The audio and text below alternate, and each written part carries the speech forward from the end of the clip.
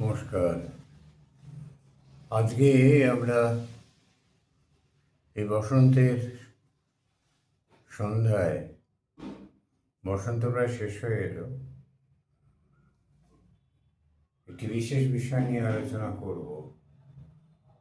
সেটি হলো সুন্দরবনে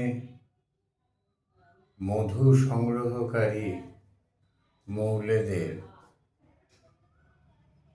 মধুটা বসন্তকালেই সংগ্রহ হয়। প্রকৃত অবস্থা কি, সেই বিষয়টা সকালবেলার জলখাবারের টেবিলে মধু 1 চামচ খেলে নাকি শরীর ভালো থাকে। তো খাওয়ার সময় ধারণাও করতে পারি না। আসলে আমি মৌলেদের কথা আজকে তেমন করে বলবো না, যতটা বলবো টাইগার উইডোদের কথা। টাইগার উইডো কথাটা চেনা লাগছে।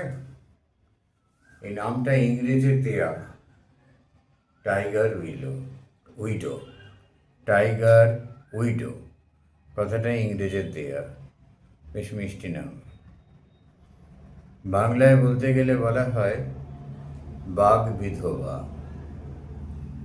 স্থানীয় উচ্চারণে বাঘ বেদবা।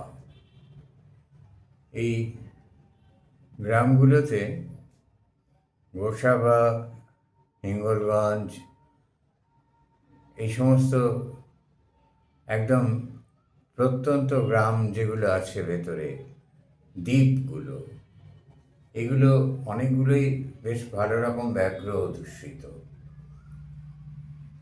বাঘ প্রকৃতি সৃষ্ট অসম্ভব সুন্দর দেখতে একটি মহাশক্তিশালী ক্রূর স্বভাবের প্রাণী। বাঘ নিশ্চয়ই বাঁচিয়ে রাখতে হবে।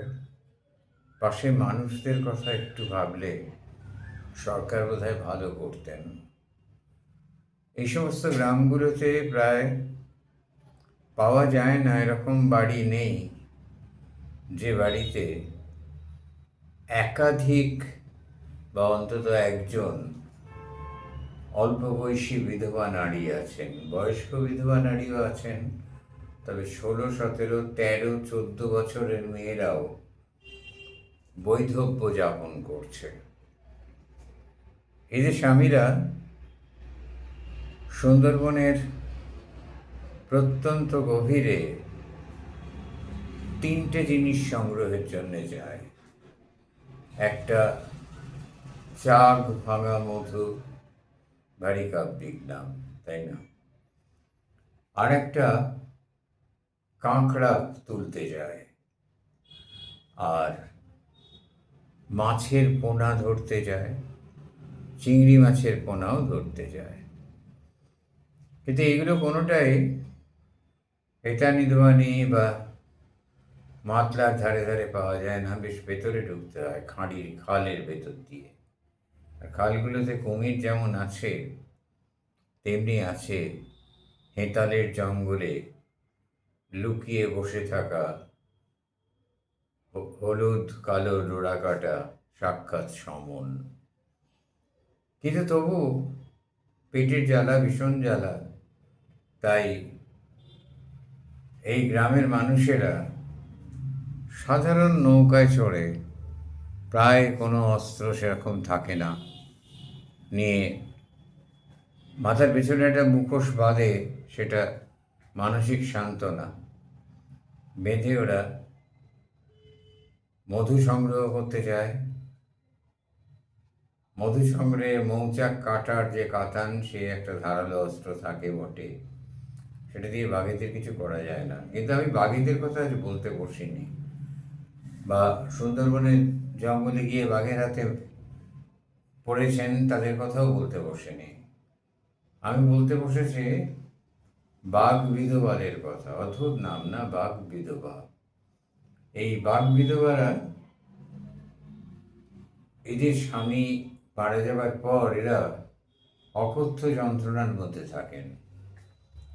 গ্রামের লোক এদের গায়ে ছাপ দিয়ে দেয় এক কথায়, অপয়া তোদের মুখ দেখলে পাপ হয়।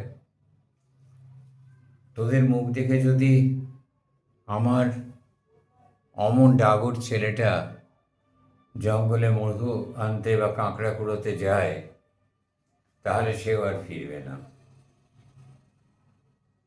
এই নারীরা অসম্ভব দারিদ্র্যের মধ্যে থাকেন, বাঘ বিধবারা, আর কোনো সময়ই কোনো রকম সরকারি সাহায্য পান না।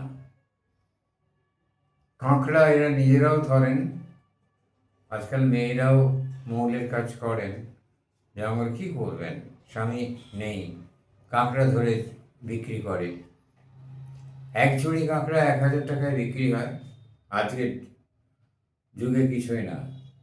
আর বড় পুরুষ কাঁকড়া হলে 1,000 টাকা, নারী কাঁকড়া হলে 1,000 টাকা। এখানেও নারী পুরুষের দামের তফাৎ, আকৃতি ছোট বড় আছে, সেটাও মানতে হবে তো। আর এই কাঁকড়াগুলো আপনি 5 স্টার হোটেলে, 5 তারা হোটেলে বসে 1,500 টাকা প্লেটে খাবেন, খেতে খেতে স্বাদের তারিফ করবেন, হেসে গড়িয়ে পড়বেন বন্ধু বান্ধবীর কাঁধের ওপরে। এর পেছনে থাকা মানুষগুলো যে কি অসম্ভব কষ্ট করে, সেদিকে একবারও তাকাবেন না, ভাববেন না, জানেন না তো। এই গ্রামগুলোতে অর্ধেক মানুষ সাদা শাড়ি পরে, অর্ধেক মহিলা। বৈধব্য এখানে কঠোর, শহর নয়। দারিদ্র্যের কাছে ধর্ম নেই, যদিও এরা অনেকেই এখনকার যুগ অনুযায়ী অনেকেই মাছ মাংস খান, কোনো অপরাধ নেই তাতে, যা পায় তাই খায়।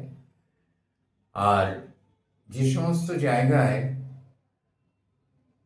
এদের বাড়ির ছেলেদের বাঘে মেরেছে বা মুখে করে তুলে নিয়ে গেছে, সঙ্গীরা চেষ্টা করে, জানেন, খুব চেষ্টা করে লাঠি দিয়ে বাঘকে পিটিয়ে। কিন্তু বাঘকে গিয়ে লাঠি দিয়ে পিটিয়ে সাহায্য করা যায়? বনরক্ষীদের দেখা টাকা পাওয়া যায় না, বড় একটা বনরক্ষী আছেন, তারা ভাগ নেবেন, দেখা টাকা পাওয়া যায় না। তো এরা ওই চিৎকার করতে করতে পটকা ছুটতে ছুটতে যায়। আর বাঘও অত্যন্ত চালাক, নিঃশব্দে হেঁটালের ঝোপের মধ্যে দিয়ে করে এদের অনুসরণ করতে করতে যেই একটি মানুষ আগে পেছনে হয়, ঝাঁপিয়ে ঘাড়ে পড়ে। আর একবার ঘাড়ে পড়ে মানে সঙ্গে সঙ্গে মৃত্যু। প্লাস্টার দিয়ে পরের দিন বাঘের পায়ের ছাঁচ তোলা হয়, বুঝতে চেষ্টা হয় যে কটা বাঘ আছে এই জঙ্গলে। এক জঙ্গলে একটার বেশি বাঘ থাকে না, কারণ বাঘ নিজের এরিয়া, নিজের শরীর থেকে তরল ছিটিয়ে চিহ্নিত করে নেয়, সেখানে অন্য কোনো বাঘকে ঢুকতে দেয় না। গেঁড়ি গুগলি শামুক নিয়ে আসেন এই পুরুষেরা, আর যেখানে মারা যান ওদের গায়ের ছিন্ন ভিন্ন জামাটা যতটুকু আছে সেইটাকে তুলে একটা বাঁশের খুঁটির ওপরে টাঙিয়ে দেওয়া হয়, অথবা গাছের ডালে ঝুলিয়ে দেওয়া হয়, যাতে লোকে বোঝে যে এইখানে বাঘে একজনকে হত্যা করেছিল, জায়গাটা একটু এড়িয়ে চলতে হবে। এই হলো বাঘ বিধবাদের কাহিনী। তারা অনেকেই মুড়ি ভাজেন, জঙ্গল থেকে ধরে তুলে আনা কাঁকড়া, ছোট মাছের পোনা ইত্যাদি বাজারে নিয়ে গিয়ে বিক্রি করেন। যাদের একটি বা দুটি বা তিনটি সন্তান আছে, প্রাণপণে তাদের মানুষ করার চেষ্টা করেন এবং সবসময় ভাবেন যে এরা যেন কোনো সময়ে না এই জঙ্গলের রাজত্বে এই জীবিকাগুলো গ্রহণ করে। কিন্তু ভাবনার কিছুই ফলে না। সরকারি স্কুলে কয়েক বছর পড়ার পর আর পড়ানো যায় না, সরাসরি মাইনে না, তার খরচা আছে। আর সরকারি স্কুল তো বেশিরভাগ বন্ধ হয়ে গেছে। সব মিলিয়ে এরা 13-14 বছর বয়স থেকে আবার জঙ্গলে যেতে শুরু করে। স্বামীহারা মা হয়তো একদিন দেখেন ক্ষতবিক্ষত ছেলের শরীর ফিরে এলো, হয়তো বা তাও আসে না। ওইটুকু শরীর একটা বাঘের পক্ষে কি, সে সবটাই উদরস্থ করে ফেলেছে।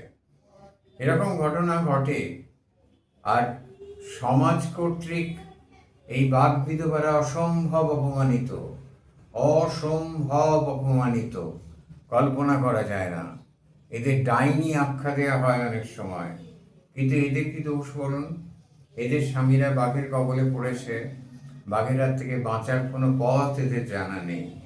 এরা শুধু চিৎকার করে বলে, মা তোমার বাল্যক এলো মনে, থাকে যেন মনে, শত্রু দুশ্মন যত চাপা দিয়ে রাখো গোড়ের কোণে। কেউ শোনে না, কেউ শোনার নেই। না বিধাতা, না বিধায়ক, না বিধান, না বিধি, কেউ এদের পক্ষে নেই। এরা প্রতি বছর যায়, হাজার মানুষ মারা যায়, ফিরে আসে তাদের বিধবারা। তারা বাঘ বিধবার গ্রামে, টাইগার উইডো গ্রামে তারা বাস করে, যতদিন না পর্যন্ত মৃত্যু এসে তাদের দয়া করে। সুন্দরবনের এই অঞ্চলে বিধবার সংখ্যা সব থেকে বেশি। নমস্কার।